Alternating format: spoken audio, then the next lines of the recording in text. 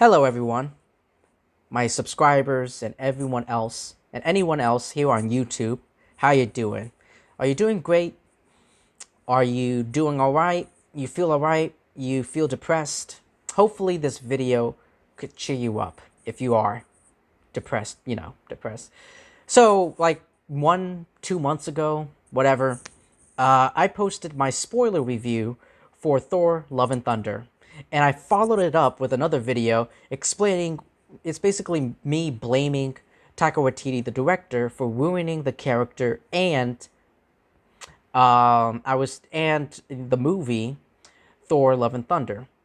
I also mentioned about Gore the God Butcher. His plan doesn't make any sense. But yeah, it was basically me roasting, not roasting, but like me like blaming Taika Waititi. So go check out those videos here on my YouTube channel if you want to.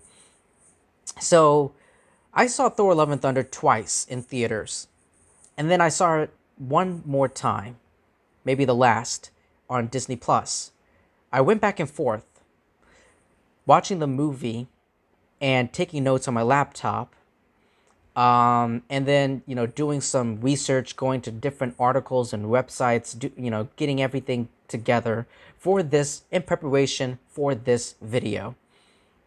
And not everything is in chronological order. So yeah. So it was very difficult rewatching the movie because you know how much I hate it. You didn't know I hate this movie? Well, now you do. So let's just dive right into it. I'm gonna shut up now. The scene where Thor is naked. Remember that in the trailers when Russell Crowe's Zeus went flick and he's butt-ass naked? Thor, is naked. It's considered inappropriate for Marvel. There are people out there. You might know them. They are called SJWs, and there are other people out there who are called feminists. They laugh and make fun of a nude man, and it's funny when a naked man appears on screen. But if it was the other way around, let's say a woman appearing nude for a couple of seconds on a screen, hey, listen, I wouldn't mind. Listen, as a straight man, I'm pretty sure a lot of guys, we wouldn't mind. We wouldn't say no to Natalie Portman or Tessa Thompson, excuse me, being naked for a little bit. For a couple seconds, there would be an immense amount of outrage and backlash that can cause financial and cultural boycott of Love and Thunder, showing how massive hypocrites the creators were.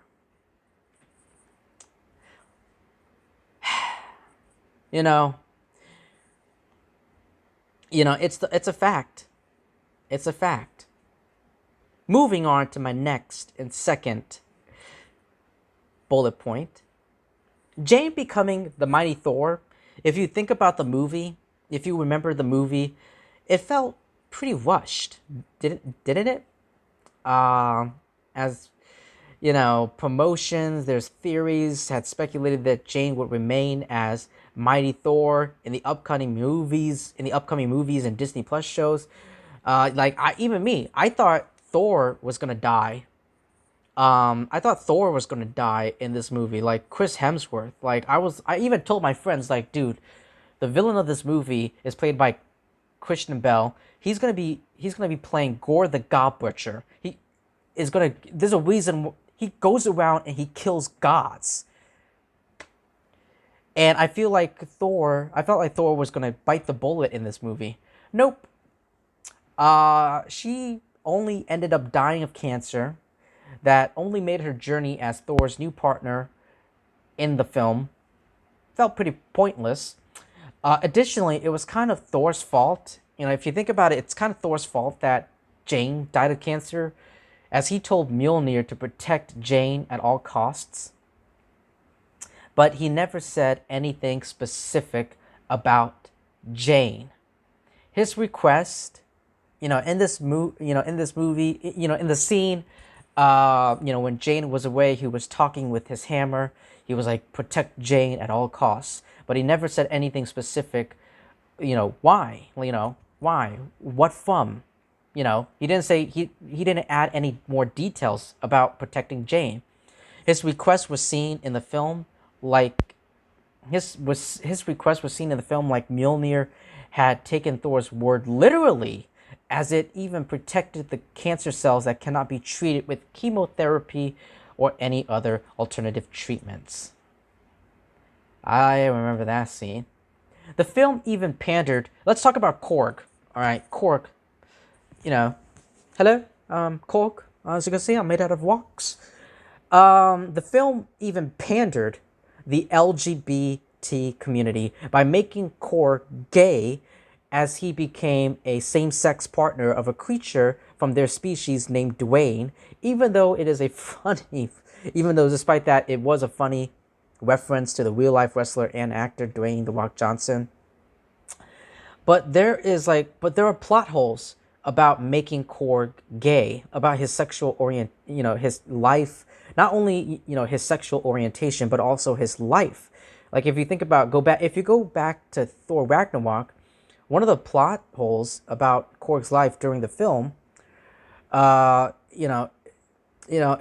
example, go back to, if you think about this, Korg in this film, Love and Thunder, stated that he has two fathers that created him in the river of lava, although in Ragnarok, Korg literally stated once that while he tried to promote and organize a revolution using pamphlets in Sakar, only his mother and her boyfriend that he hated to be the only ones to arrive, which made Korg having a different story of having two dads and a retconned culture to justify same-sex courtships to be completely useless and unimportant to the main plot. They retconned his sexual... and the fact that Tessa Thompson said once the movie would explore more of bisexuality of Valkyrie, the statement made some of the fans refuse to see the movie as they don't care about sexual orientations of significant Marvel characters. She basically had nothing to do. Like when Tessa, the actress who plays Valkyrie, said that it would explore more of her bisexuality, a little bit. I mean, a tiny bit. Like she talks to Korg on the boat, like in the little tiki Hawaii bar. She kissed a woman's hand, and I think she winked at her. I don't know. That's it.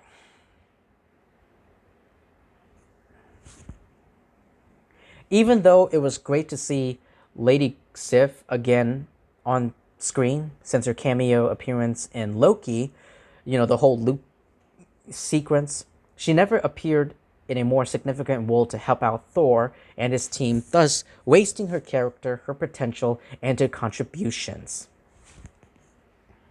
Likewise, similar to that, some of the other characters like Valkyrie and Korg were very underutilized in this film. You can take them out of the story with not much changing. Korg was also underutilized considering his little screen time. Like, think about it. Think about all these characters. They had nothing to do. Like, fucking Thor and Mighty Thor, Jane Foster, had more action scenes than Valkyrie and especially Korg. And they had way more action and adventure in Thor Ragnarok. Speaking of Thor Ragnarok, this film has a lot of good characters, including those introduced in Ragnarok, but without, Odin, Loki, Frigga, Thor's parents, the Warriors 3, even Heimdall, even though he appeared on the post-credits scene. The nature of the film never felt the same, as they had more chemistry with Thor and his allies in previous movies. In Avengers Endgame, Thor appointed Valkyrie to be the new king of Asgard as he decided to join the Guardians of the Galaxy on their new adventures, and she carried out the role in leading the Asgardians in New Asgard. However, there are people that believe Valkyrie does not deserve to be the queen of Asgard for two major reasons, and let's get into it. She, despite her good character development in Ragnarok, only abandoned the Asgardian people for several centuries following her first battle against Hela, as she decided to renounce her title. Let me repeat that. Renounce her title to live the rest of her life in Sakaar as someone who captured random people for the Grand Master without a second thought to make them kill each other for fun while constantly drinking to be drunk using the money that was given from the Grand Master. Let that sink in, ladies and gentlemen. Let that sink in. Some fans also believe that Lady Sif, instead of Valkyrie, should be the one to become a new monarch of New Asgard due to her pure loyalty and selfless contributions for the Asgardian royal family and Asgardian people for centuries. You know what?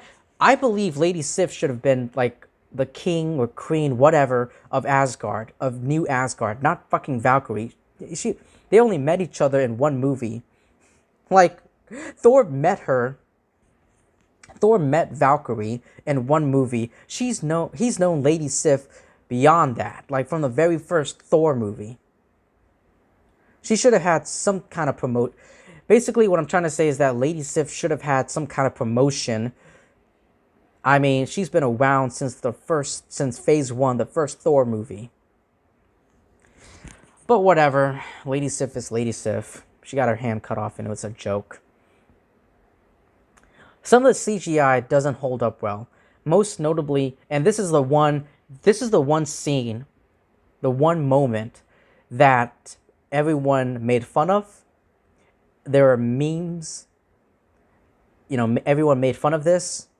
And it was Heimdall's son, Idris Elba's son, not his real son, but, his fictional son, Axel's infamous floating head. And to make things even worse for it, the attempted fixing of the CGI that was made for Disney Plus that recently came out was very bad, if not horrendous. They somehow made it even worse with the fucking CGI floating head.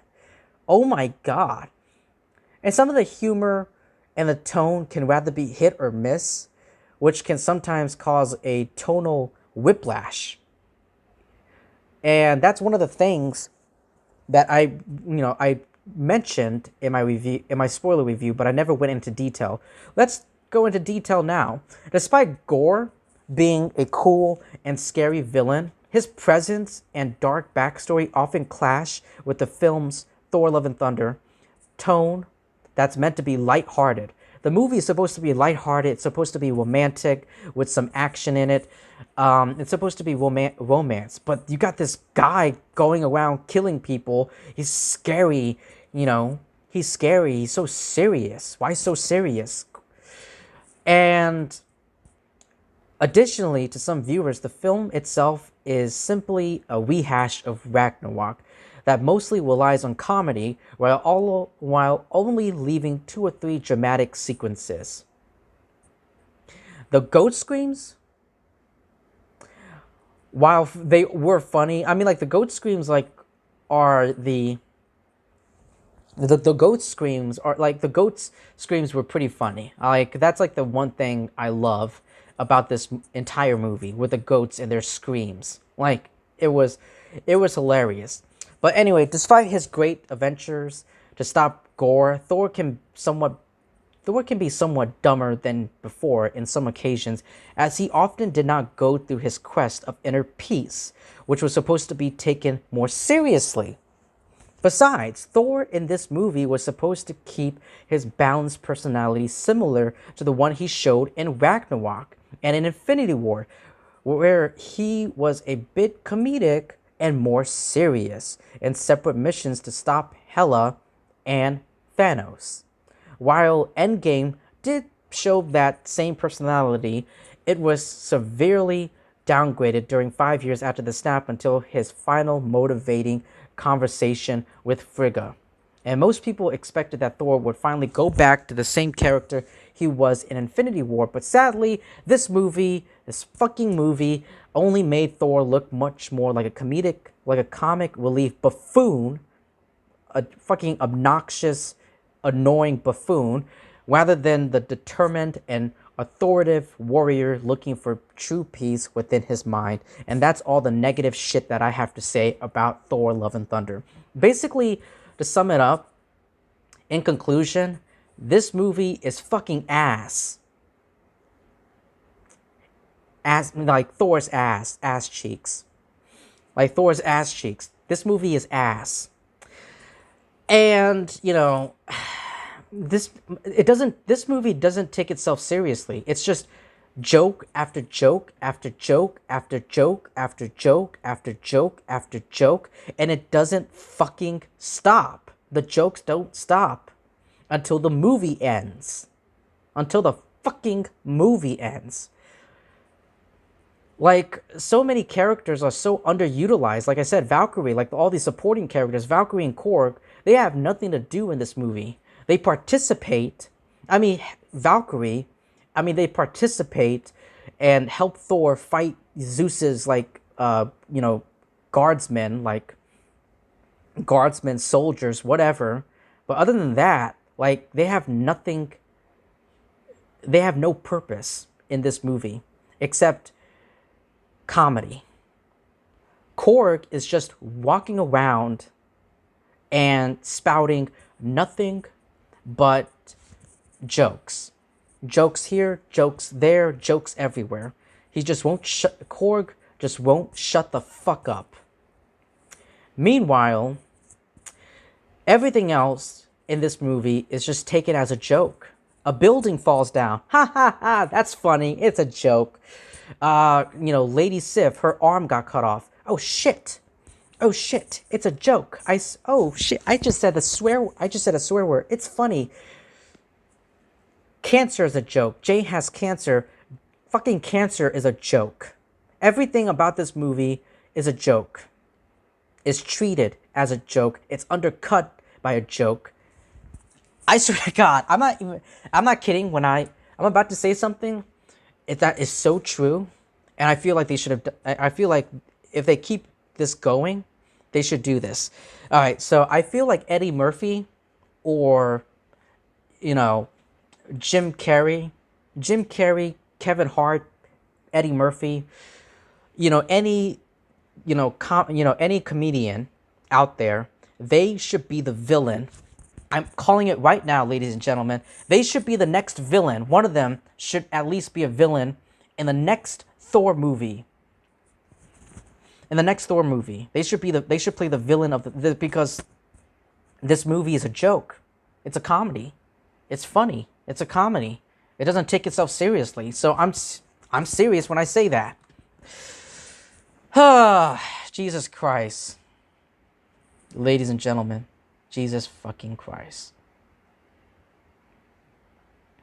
I'd rather watch a movie just focusing on the goats and Baby Groot. The screaming goats and Baby Groot. I'd rather watch that movie. Or maybe just a movie about, Jane Foster, her Thor, even though she does die in the movie. But, in the comics, she does come back. She did become a Valkyrie herself, so maybe that'll happen to her. So right now she's in Valhalla, but maybe she can come back. Maybe she'll come back as a Valkyrie, or maybe Mighty Thor again. Who knows? Yeah. I want to know what any issues you had with Thor Love and Thunder. Do you agree with me? Is there anything else that I did not mention in this movie? Any negative things? Any flaws within this movie that I haven't mentioned? Let me know in the comment section below. Everyone, thank you so much for taking the time to listening to my review. Please like, comment, subscribe, do all of that great stuff, blah, blah. And I will see all of you lovely people really soon.